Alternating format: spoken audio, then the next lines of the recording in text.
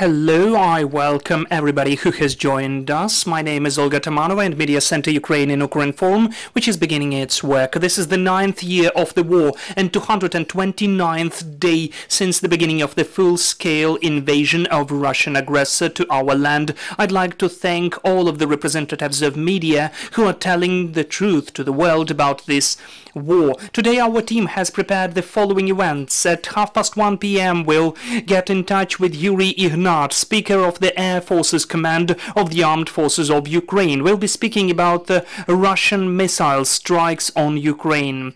At 2:30 p.m. we'll be joined by Alexander Horunzhy, Press Officer of the State Emergency Service of Ukraine. We'll be speaking about the consequences of all of the missile strikes which have been conducted by the occupiers against our country. At 3:30 p.m. we'll be joined by Mykola Povoroznik, First Deputy Head of Kyiv City State Administration, and we will be speaking about the security measures in the capital city, and also we'll be planning about the restoration of the infrastructure here. But now we are in touch with Artem Kisko, Chief of Police of Zaporizhzhia region. Artem, hello. Hello, studio, and hello, all of the presentees. Hello, Artem. We know that Zaporizhzhia again was under missile shellings of the Russians. What are the consequences? What's the current situation?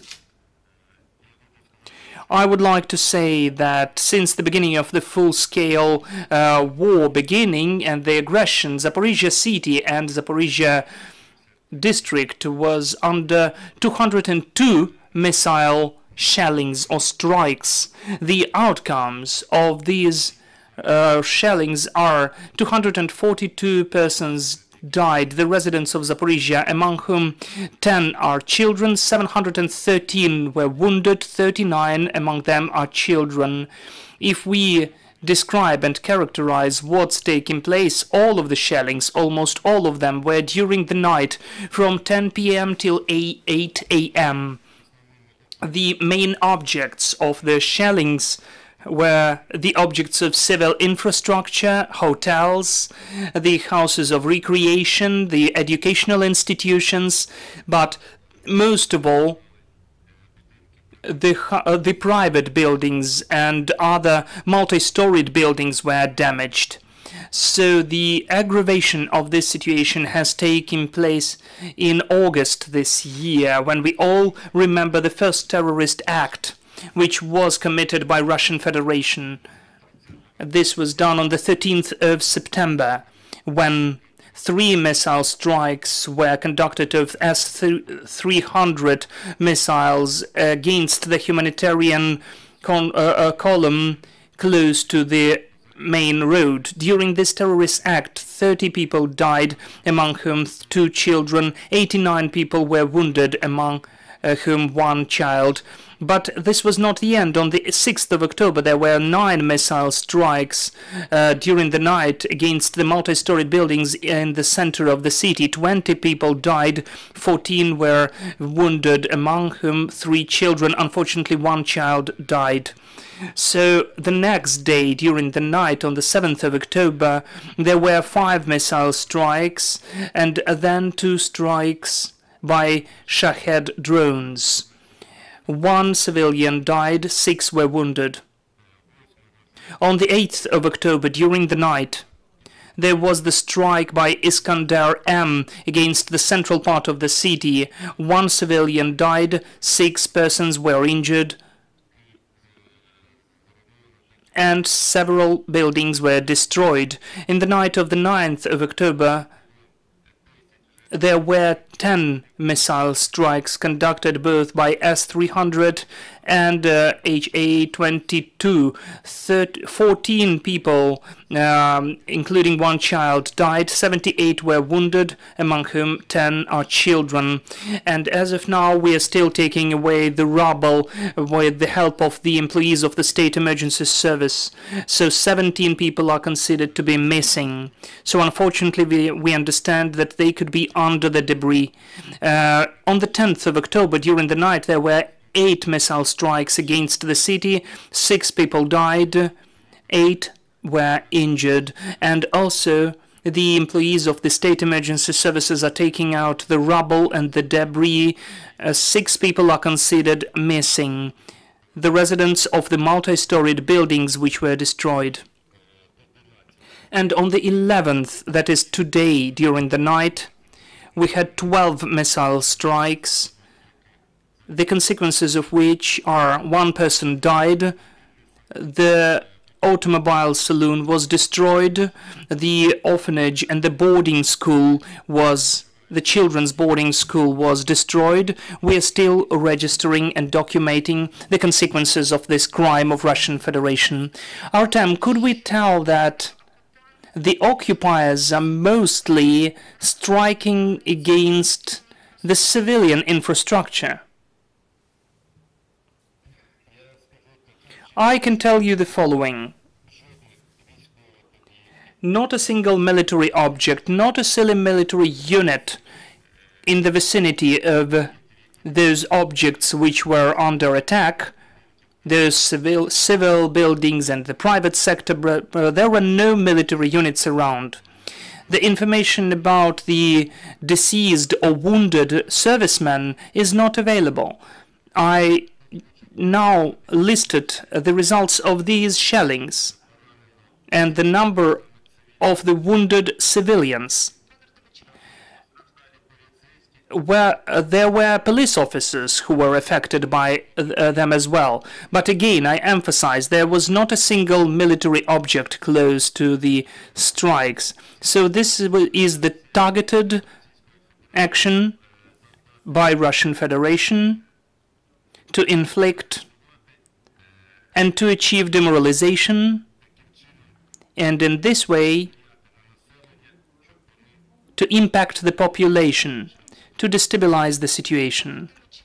Artem, is there any help and support staff or headquarters where the relatives of the people who are considered missing can get to? In each of the places of shellings, in each of the places of tragedy, the regional military administration, the state emergency service, the police organized the headquarters, which is working directly at the crime scene. Moreover, we posted the information at all of the websites, the phone numbers and contacts connected with the messengers, because there are some relatives at the occupied territories who do not have mobile coverage, so they have internet connection only, and they are just very attached to internet messages only. We are collecting this information directly when people are getting to us at the place of the event, and also using the information from the hotline 102 and other phone numbers which we mentioned on the websites. We analyze this information and give it to the state emergency service for them to take into consideration how many people can be found from under the rubble. As for the criminal proceedings which are registered because of these facts, how many of those proceedings and how do they qualify these actions by Russians? In each of those facts, the investigation service of the security service of Ukraine, they have created the criminal proceeding according to the Article 438.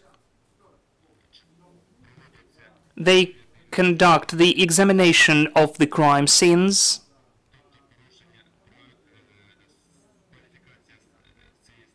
The qualification of this article is the violation of the rules of war. And as the territory inflicted is very vast, the investigators of the National Police are also involved in the investigative operational actions.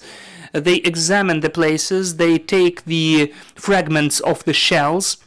We involve certain experts to find out where the fire was conducted from, what are the types of the missiles. All of that is documented thoroughly to be used in the international courts later. I thank you. We've got a question from the audience. Please, the mic. No, we don't have any questions. Artem, speaking about the work of police under these conditions, which challenges seem for you to be the most complicated? The police of Zaporizhzhia region is ready and to provide services to our citizens in the most qualified manner and to provide the work under these conditions.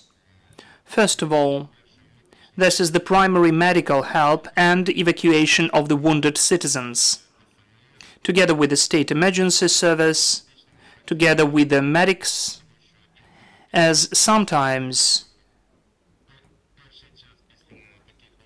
first, after the ruinations, there are lots of people affected, and their life depends on the high quality and rapid treatment and help.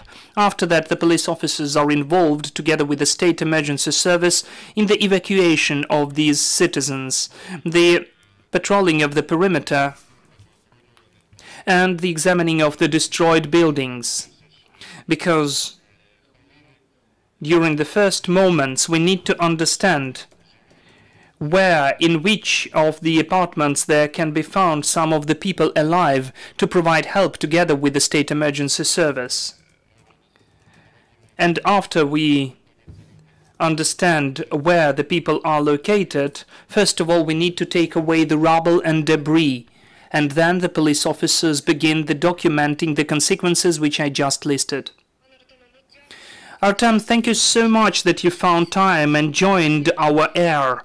We thank you, dear colleagues. I do remind you we had Artem Kisko, Chief of Police of Zaporizhzhia region. And our next briefing will take place at 1:30 p.m. We'll be joined by the Speaker of the Air Forces Command of the Armed Forces of Ukraine, Yuri Ignat. Stay with us.